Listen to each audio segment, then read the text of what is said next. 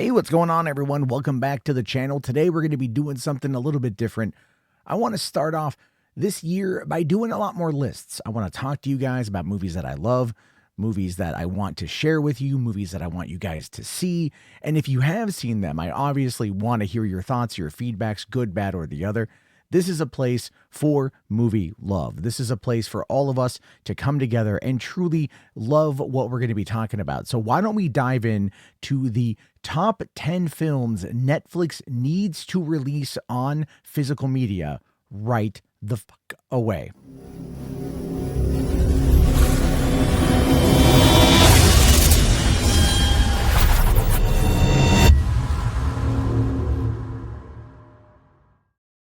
Hey, okay, welcome back after that long intro.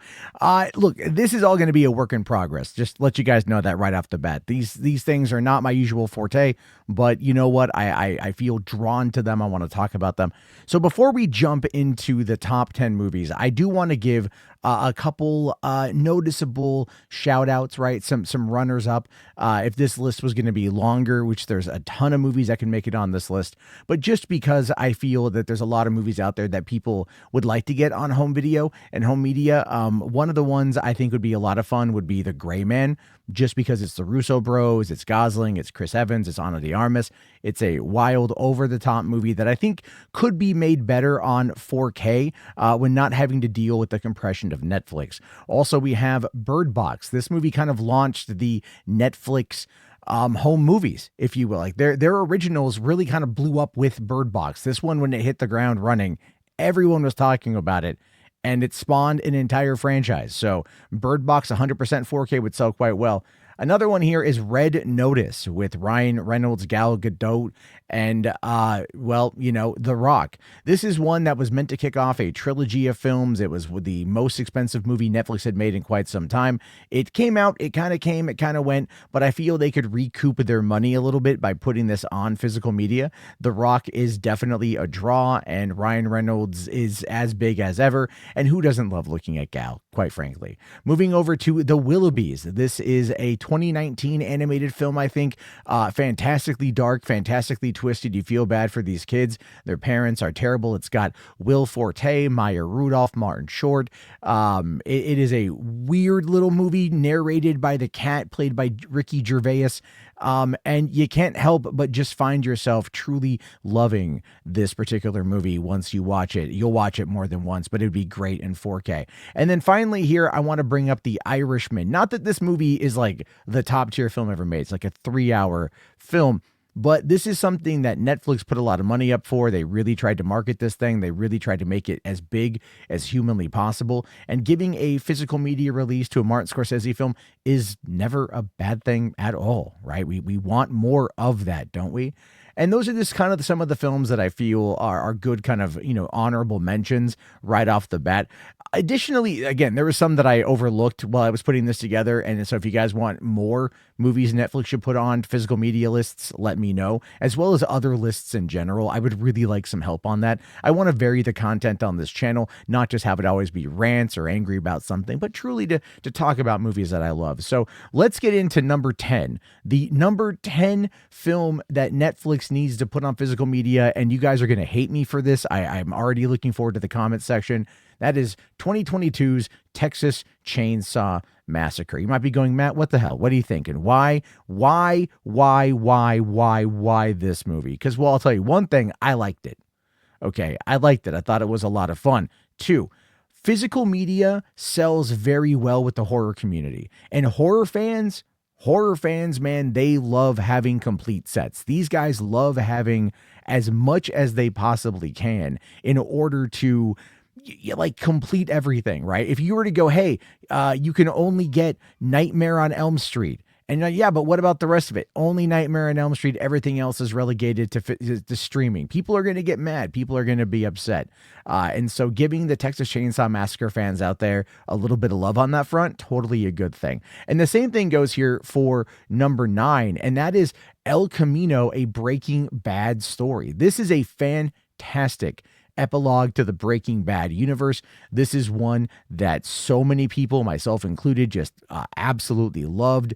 The end of Jesse Pinkman's story, the way that he gets out of Albuquerque after the events of the show. It was, I think, Robert Forster's last movie. This was a really, really, really well done movie, and it grips you from start to finish, and it fills in some of the gaps. And considering that the show itself is over, Better Call Saul is over. You get your prequel, your main series, and then your epilogue movie. I mean, those other shows are on home video. There's no reason why El Camino should not be on there as well. Now, number 8 here. This is one that I'm just going to fully admit I'm a fanboy. Army of the Dead. Now, Zack Snyder is definitely a person who is always going to draw conversation one way or the other. But when you think about something like Army of the Dead, you really got to think about, like, this is Zack Snyder establishing a world universe before Netflix gave him a lot of money to kind of develop his own version of Star Wars.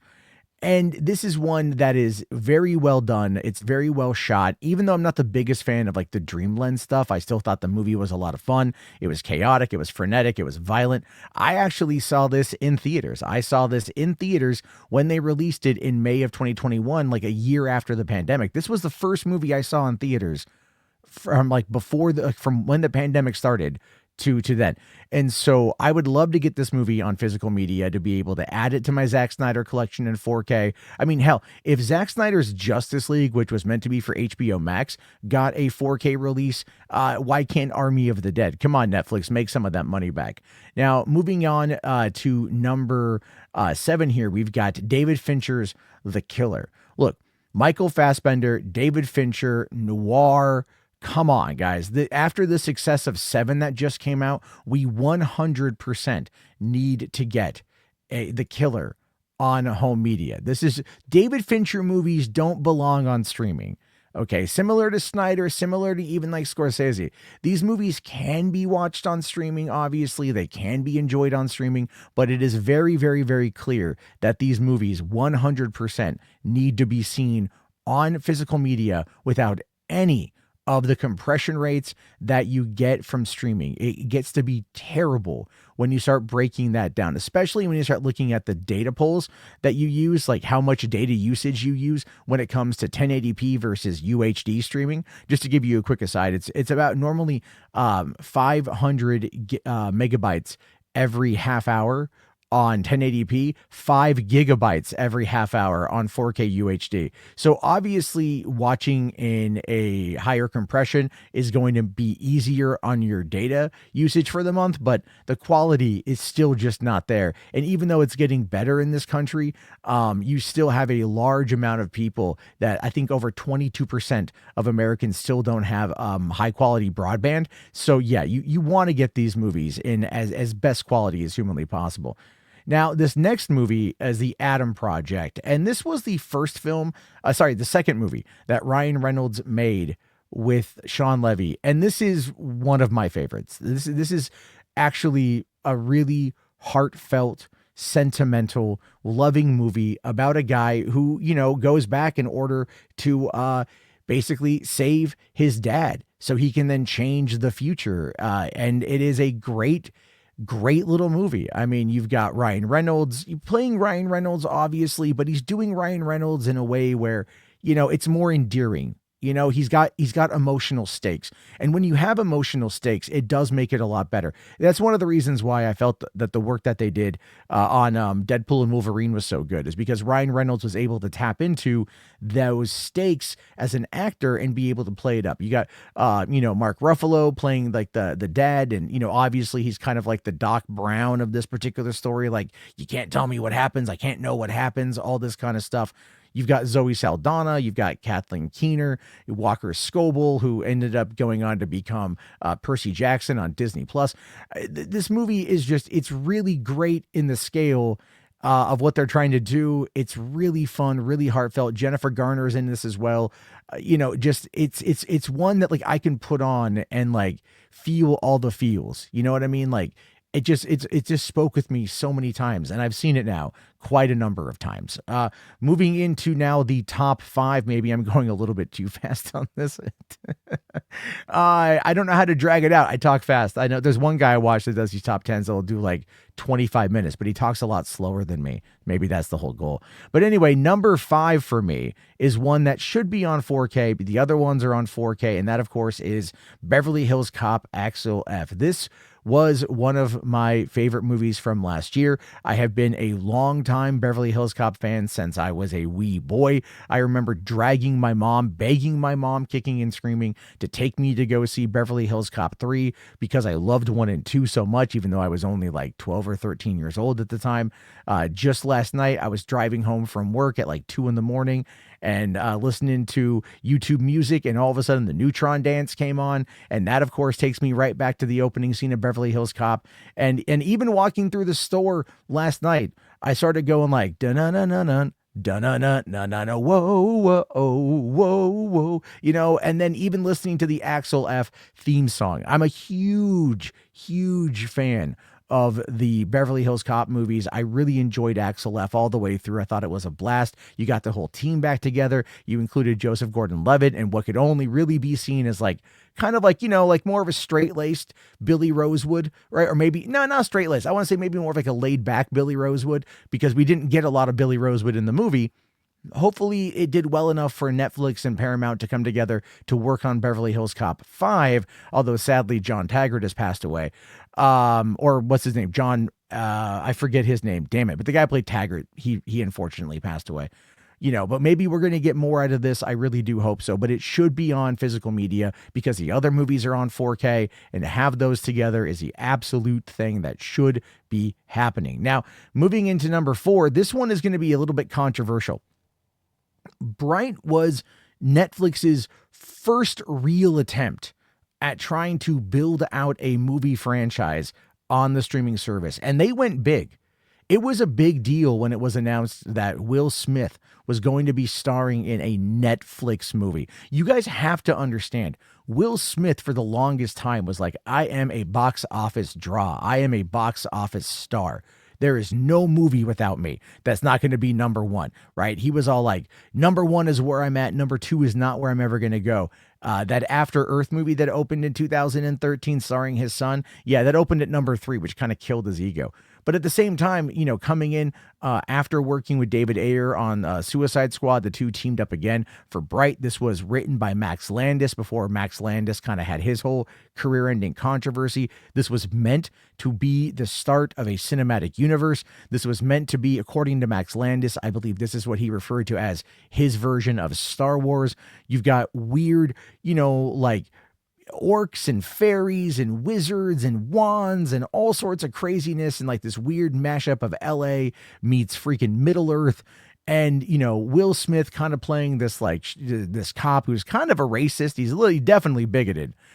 Joel Edgerton as the first orc on the police force is playing up a lot of tropes, is playing up a lot of ideas. The movie, you know, I really liked it. I thought it was great. I would love to see a sequel. I know David Ayer said that he was writing one for a while, but obviously that hasn't materialized. And honestly, I don't think it will. I really don't think that it will, which is unfortunate because the concept is something worth exploring. And I don't remember if Netflix put out any movie, not movies, but books or comics. I think that they were working on that, and maybe those just got sidelined and canceled, you know, because of everything that happened with Max Landis. This is why it sucks when you're excited for something and the creator sucks. That can hurt you. Moving into the top 3 now. This one is a movie that I truly loved, Nimona. This was Blue Sky's last movie, albeit not technically Blue Sky at that time. If you don't know the story on this one, real quick, is Blue Sky was working on adapting the graphic novel Nimona for 20th Century Fox. Disney bought Fox. They ended up canceling Nimona, which was almost done. It just needed to be, I mean, not almost done, but it was like very close to being done.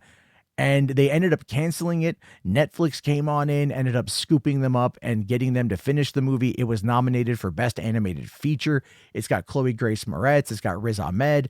It's a great movie. It's a fantastic family comedy, or I don't want to say a comedy. It's like a family animated movie. My kids loved it, and it definitely is one that deserves its own physical media release because this thing will look stellar in 4K.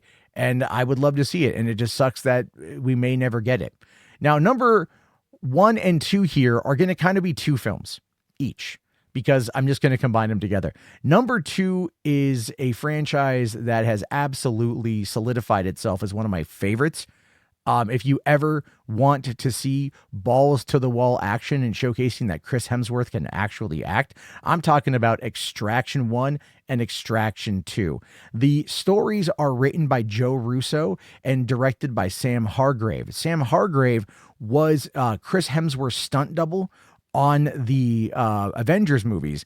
And that is how he got to know everybody involved. And they gave him his big break in directing Extraction, which is just an awesome action movie that came out back, I think, 2019 or 2020 or something. And then in 2023, they released Extraction 2, which was even bigger and bolder and crazier, expanded the world of Extraction, of Tyler Rake, of everything that he's about, more about his family. You get a big reveal towards the end of it, really expanding the world with a really big cameo that I can't wait to see what they do with. Never mind, you get like a 22-minute non-stop action sequence that goes from a prison through a car chase through a Russian city. It ends up on a train. This movie is essentially like, what if video games like became a movie? What if Call of Duty became a movie? And it was so much fun to watch. I loved it so much.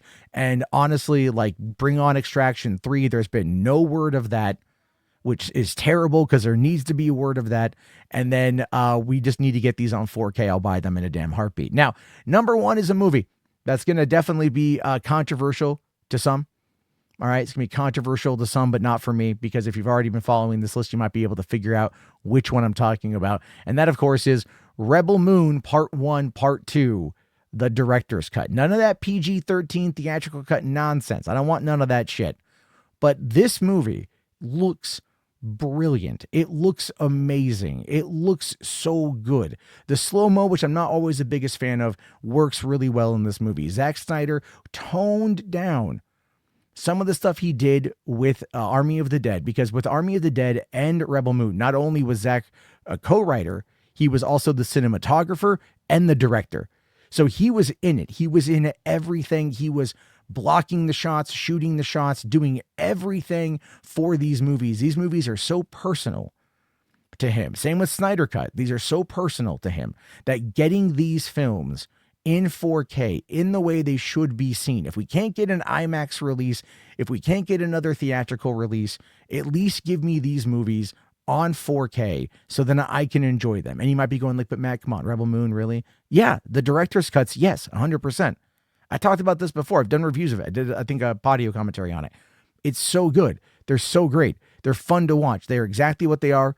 They are exactly what they're meant to be. It's not a high art. It's not high cinema, but it's a lot of fun. And it's more complete when you get the director's cut because you don't have the 30 minutes of story removed from each of the parts. Remember Batman v Superman, the theatrical, right? They cut out 30 minutes of story and the movie bombed in its second weekend, but then they put that 30 minutes back in and the movie spent 5 weeks at the top of the DVD and Blu-ray sales back in the summer of 2016. That's what Zack Snyder does when he works in the long form. And that's exactly why this movies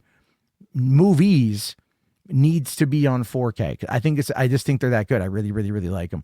Now, every movie on this list deserves a physical media one way or the other. Okay, even the ones that were honorable mentions. There's a lot of other movies that Netflix has that I didn't even touch upon because I haven't even seen a lot of them. But they do put out really good content and they do attract really top-tier talent. And the thing is, though, top-tier talent, I understand that these people are getting almost like bottomless paychecks, right? Just blank checks to do what they want. And the caveat is that everyone gets paid up front and Netflix is just going to keep it on the system so then they don't have to worry about people like just canceling. And I get all that. I understand the business model. But you know what else, though? I own Stranger Things season 1 and season 2 on Blu-ray. And I would love to buy seasons 3 and 4 and 5 when they come out to complete my set. As I was mentioning with the Texas Chainsaw Massacre one, fans want to be complete. Fans absolutely want completion. And if you deny that from them, like, they're going to find other ways. One of the ones I was looking at while I was doing research for this was The Outlaw King with Chris Hemsworth. And I just typed in Outlaw King Blu-ray, and there is a company that is downloading the digital file and burning it on demand and selling it. And their argument for piracy and selling pirated content, which I'm not a fan of, is that you're just buying something you already have access to through your membership, but you are just, you're just getting it on physical media, even though you don't own it. And that's the other part of it too, is you don't own this stuff. I want to own this stuff. I don't want to be beholden to, whether or not I'm able to afford having cable, which, whatever, right? Or if I'm going out of town and I don't have access to decent cell service or decent internet, and I want to watch a movie, I want to be able to watch the movie. I think it's ridiculous that these aren't available. Netflix needs to be pressured into doing this. But as always, I want to hear your thoughts, your opinions. What are your favorite Netflix movies that should be on physical media? Let me know your list down in the comments, and any other lists you want me to make. Let me know. These are fun. I want to talk more about movies. Let's dive into 2025 together and have ourselves a great time. Thank you guys very much. We'll see you next time. My name is Matt Jarbo. Peace out.